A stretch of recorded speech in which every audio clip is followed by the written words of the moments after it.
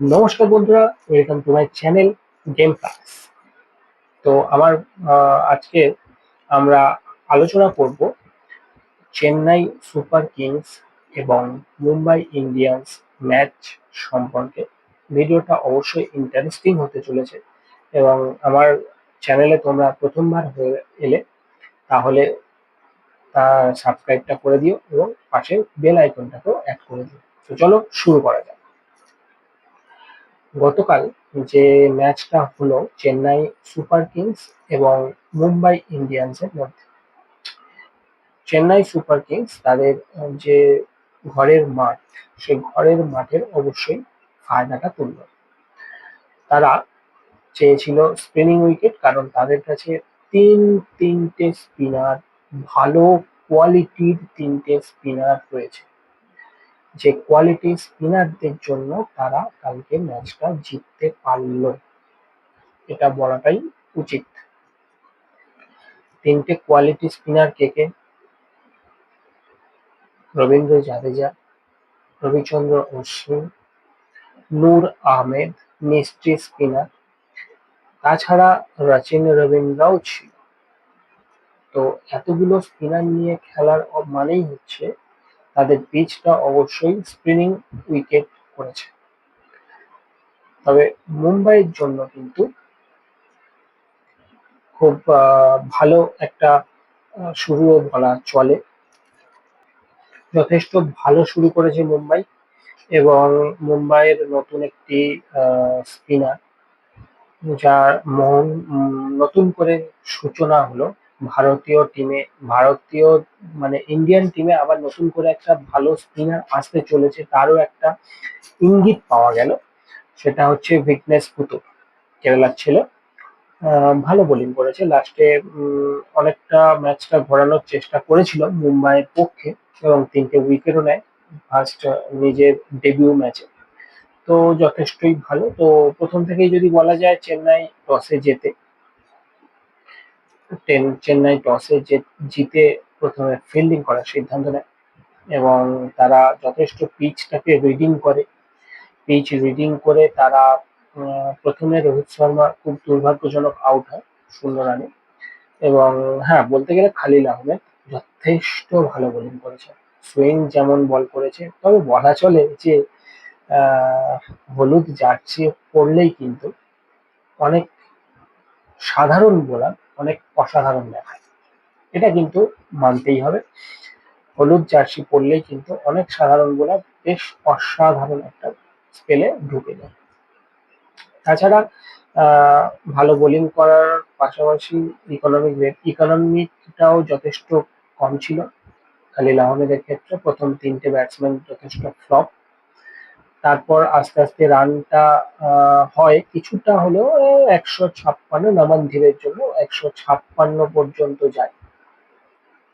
কিন্তু আবার প্রমাণিত হলো যে ডিআরএস হলো ধোনি রিভিউ সিস্টেম। ভাই অসাধারণ, চোখটা জুড়িয়ে গেল। জাস্ট 0.012 সেকেন্ডের মধ্যে, 0.12 সেকেন্ডের মধ্যে কেউ স্টাম্প ভাঙতে পারে, এটা শুধুমাত্র ধোনির জন্য পসিবল। এটা শুধুমাত্র ধোনির স্যালিউট। ধোনির জন্যই শুধুমাত্র এটা সম্ভব এবং ধোনিই এটা করতে পারে। এবং সেটা করেই সূর্যকুমার যাদবকে ফেরায়। সূর্যকুমার যাদব ফেরার পরে তো আস্তে আস্তে মুম্বাই অবস্থা খুব খারাপ হয় এবং শেষের দিকে যখন স্যান্টনার যখন খেলছিল, তখন একটা বল কিন্তু পায়ে লাগে, আম্পায়ার সেটাকে নট আউট দেয়। সাথে সাথেই ধোনি কিন্তু হাসতে হাসতে ডিআরএসটা নিতে বলে ঋতুরাজ গাইকোয়াড়কে এবং শেষ পর্যন্ত আম্পায়ারকেই হার মানতে হয় এবং আউটটা দিতে হয় লাস্ট পর্যন্ত। সেই জন্যই আমরা বলি ডিআরএস মানে ধোনি রিভিউ সিস্টেম, যেটা আবারও কালকে আমরা প্রমাণ পেলাম এতদিন পর, যেটা এমএস ধোনি ফ্যানেদের জন্য যথেষ্ট ইম্পর্টেন্ট এবং আমাদের মতো ক্রিকেট প্রেমীদেরও যথেষ্ট ইম্পর্টেন্ট। ভালো লাগলো যে এতদিন পরে আমরা আবার ধোনি রিভিউ সিস্টেমটাকে দেখতে পেলাম, সেটা একটা খুব ভালো মুহূর্ত ছিল। এবং তারপর ব্যাটিং করতে আসে চেন্নাই ব্যাটিং করতে এসে প্রথম দিকে একটু খেই হারিয়ে ফেলেছিল, প্রথমে আস্তে আস্তে রানও হচ্ছিল, তারপর আস্তে আস্তে খেই হারিয়ে ফেলে, কিন্তু ওই বলেছিলাম সচিন রবীন্দ্র যে প্লেয়ারটা হচ্ছে চ্যাম্পিয়ন্স ট্রফিতে ম্যান অফ দ্য টুর্নামেন্ট হয়েছে, তো সেই প্লেয়ার তার নিজের জাত ছিনিয়ে গেল এবং ধরে ধরে শেষ পর্যন্ত ম্যাচটাকে ফিনিশ করে দিয়ে বেরিয়ে গেল সাইলেন্ট কিলার হিসাবে।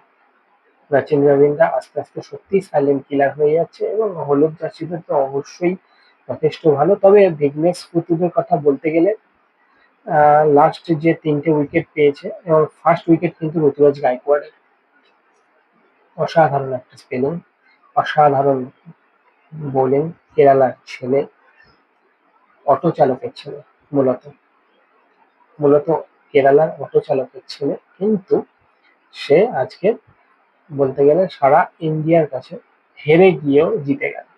একটা স্মরণীয় হয়ে থাকবে তার প্রথম ম্যাচ। যথেষ্ট ভালো বোলিং করেছে এবং আস্তে আস্তে আমরাও চাই সে পরিণত হোক এবং একসময় সে ইন্ডিয়ার পক্ষে যথেষ্ট ভালো, যেরকম বরুণ চক্রবর্তীর মতো এরকম ভাবে উঠে আসুক। আমরাও চাই ইন্ডিয়ার টিমের ক্ষেত্রেও যথেষ্ট উন্নতি হবে। তো আরেকটা কথা যেটা বলা যায় যে চেন্নাই সুপার কিংস চেয়েছিল স্পিনিং উইকেট, তো তাদেরকে স্পিনিং উইকেট দেওয়া হয়েছে, কিন্তু ব্যাড লাক রাহানের জন্য। রাহানে চেয়েছে স্পিনিং উইকেট, যেহেতু রাহানের কাছে যথেষ্ট ভালো স্পিনার রয়েছে, দুটো কোয়ালিটি স্পিনার বরুণ চক্রবর্তী এবং সুনীল নারায়ণ, কিন্তু পিচ কিউরেটার ইডেনের পিচ কিউরেটার কিন্তু তাকে ডাইরেক্ট বলে দিয়েছে যে কোনো রকম স্পিনিং উইকেট দেওয়া হবে না।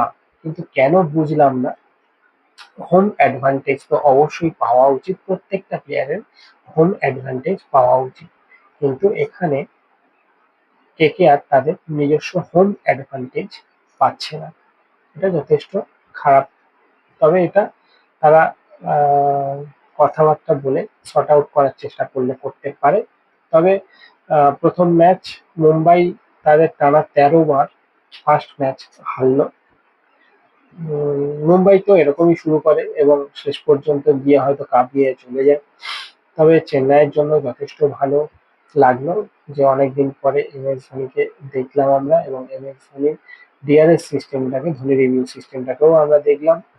তো গতকালের ম্যাচ নিয়ে আর এই পর্যন্তই, আর কিছু বলার নেই। যথেষ্ট ওভারঅল সবকিছুই খুব সুন্দর। ভিডিওটা যদি ভালো লেগে থাকে তাহলে লাইক, শেয়ার, কমেন্টস করো এবং তোমাদের কেমন লাগলো গতকালের ম্যাচ সেটাও কমেন্টসে জানিও। এবং আজকের ভিডিওটা এই পর্যন্তই, চলো টাটা।